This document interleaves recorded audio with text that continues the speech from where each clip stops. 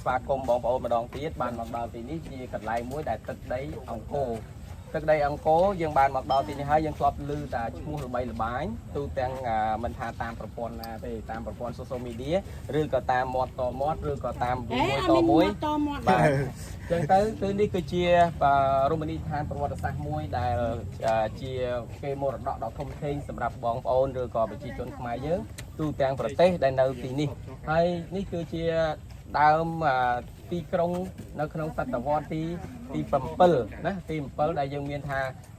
ស្ដេចជ័យវរ្ម័នទី7ដែលជាសតវត្សទី12ដែលជាដើមទីក្រុងឬក៏កន្លែងទីក្រុងហើយនៅក្នុងទីក្រុងនោះគេឲ្យឈ្មោះថាក្រុងអង្គរណាក្រុងអង្គរអញ្ចឹងមូលហេតុអីបាននៅទីនេះគេដាក់ឈ្មោះថាអង្គរវត្តមែនទេអង្គរវត្តនោះនៅក្នុងសតវត្សទី16គេបានផ្លាស់ប្ដូរសាសនាគេទទួលស្គាល់សាសនាព្រះពុទ្ធដែលជាសាសនាជាតិ